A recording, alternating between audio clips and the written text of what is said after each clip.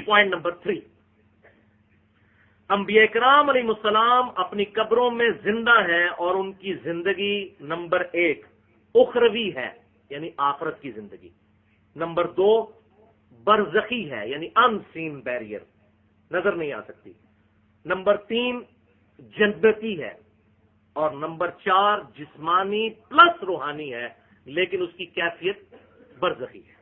بھائی نے سوال کیا کہ انبیاء علیہ الصلوۃ والسلام یہ اپنی خبروں میں ان کی کیا کیفیت ہے، مردہ یا زندہ ہے؟ تو دیکھیے، ہم اگر یہ کہیں کہ موت ایک زندگی کی شروعات ہے تو ہر موت کے بعد ایک زندگی ہے۔ جیسے کہ انسان دنیا سے چلا گیا، مرتے ہی اس کی ایک نئی زندگی چالو ہو گئی، اور وہ زندگی میں پہنچنے کے لیے جو فیز ہوتا ہے وہ موت ہوتا ہے۔ موت کے بعد سب زندہ ہے، نیک اور بد دونوں۔ کسی نے پوچھا ہے عقیدہ حیاتی اور مماتی واضح دلائل سے فرما دیں۔ وہی اتنا ہے کہ نبی صلی اللہ علیہ وسلم اپنی قبر اطہر میں آپ صلی اللہ علیہ وسلم کو ایک خاص قسم کی حیات ملی ہے جس کا ہمیں ادراک نہیں ہے، اور آپ صلی اللہ علیہ وسلم وہ برزخی حیات ہے، دنیاوی نہیں ہے۔ السلام علیکم ورحمۃ اللہ وبرکاتہ۔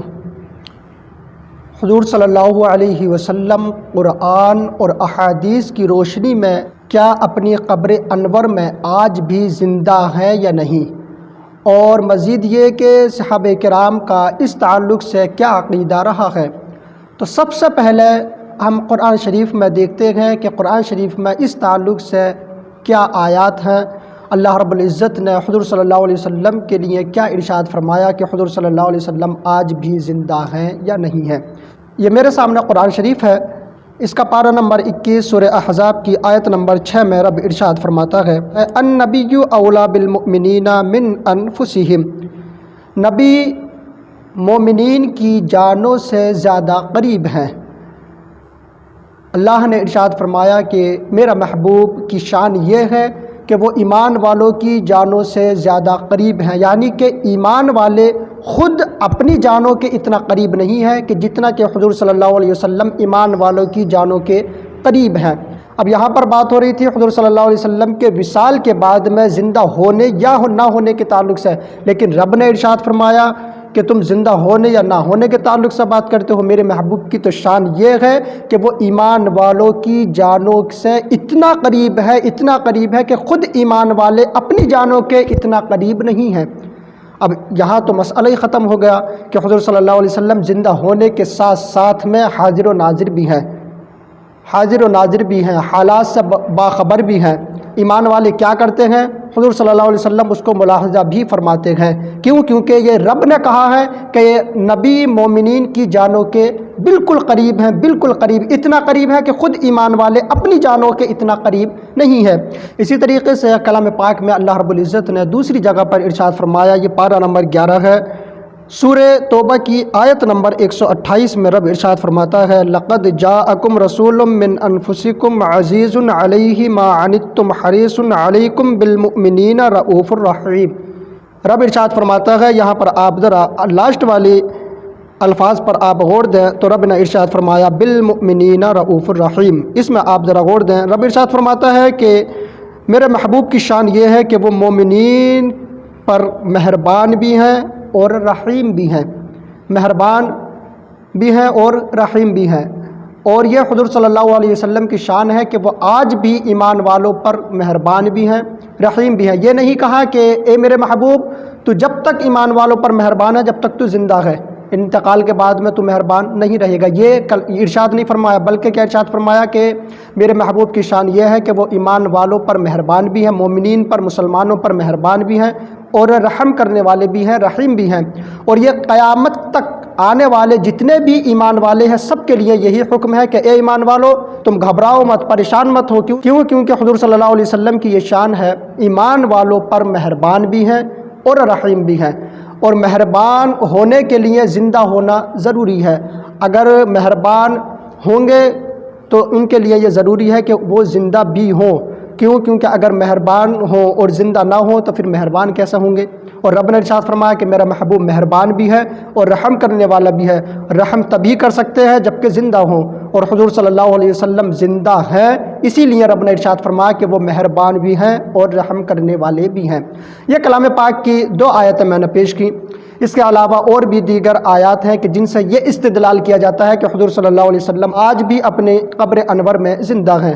اگر احادیث کے تعلق سے گفتگو کی جائے تو صحاح ستہ میں دوسرے نمبر پر صحیح مسلم شریف آتی ہے، بخاری شریف کے بعد میں صحیح مسلم شریف ہے۔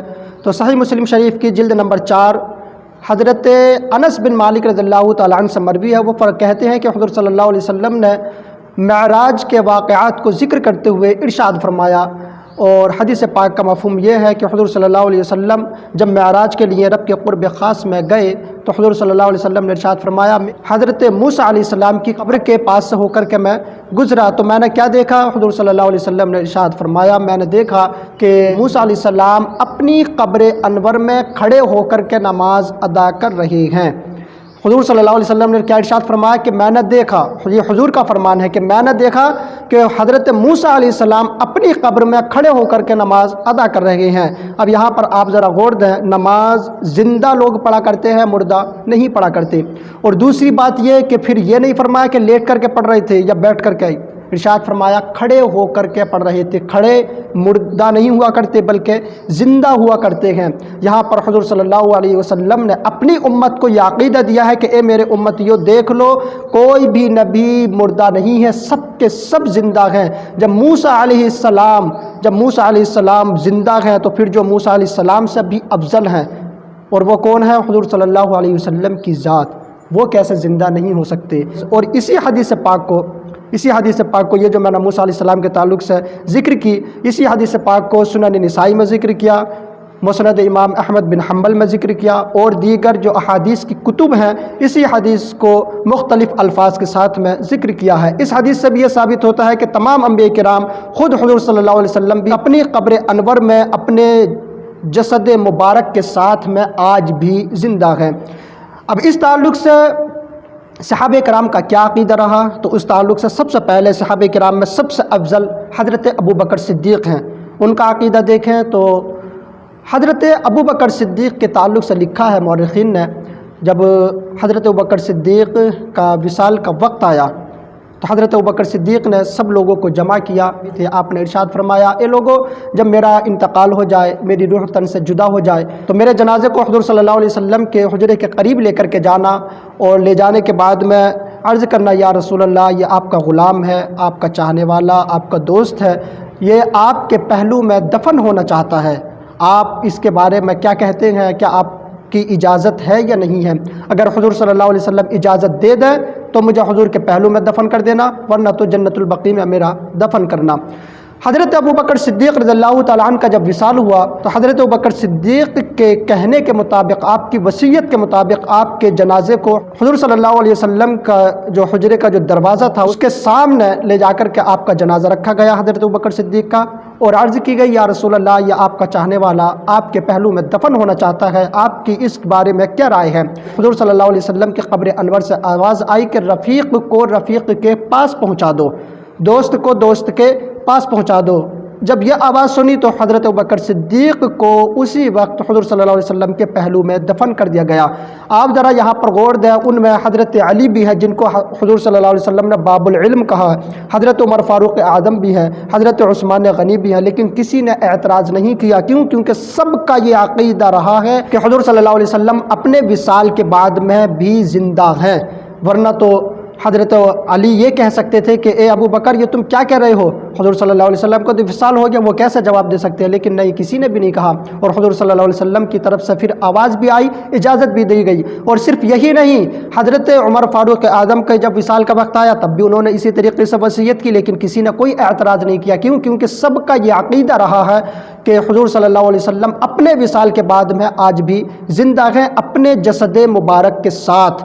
آج بھی حضور صلی اللہ علیہ وسلم اپنی قبر انور میں زندہ ہیں، اور صرف زندہ ہی نہیں ہیں، رب نے ارشاد فرمایا زندہ ہونے کے ساتھ ساتھ میں وہ ایمان والوں کی جانوں سے زیادہ قریب ہیں، یعنی کہ وہ ایمان والوں کے حالات سے باخبر ہیں۔ حضرت ارشاد فرماتے ہیں، تو زندہ ہے واللہ، تو زندہ ہے واللہ، میرے چشم عالم سے چھپ جانے والے۔ یہ ان لوگوں کا عقیدہ ہے جو حضور صلی اللہ علیہ وسلم سے لے کر کے آج تک ایمان کی حالت میں رہے، جو ایمان والے ہیں، ان سب کا یہی عقیدہ رہا ہے کہ حضور صلی اللہ علیہ وسلم آج بھی زندہ ہیں، چاہے وہ صحابہ کرام ہوں، تابعین ہوں، تبع تابعین ہوں، ائمہ مجتہدین ہوں، مشائخین ہوں، جتنے بھی علماء حق ہیں، سب کا یہی عقیدہ رہا ہے کہ حضور صلی اللہ علیہ وسلم آج بھی اپنے جسد مبارک کے ساتھ اپنی قبر انور میں آج بھی زندہ ہیں۔ امید کرتا ہوں آپ حضرات سمجھ گئے۔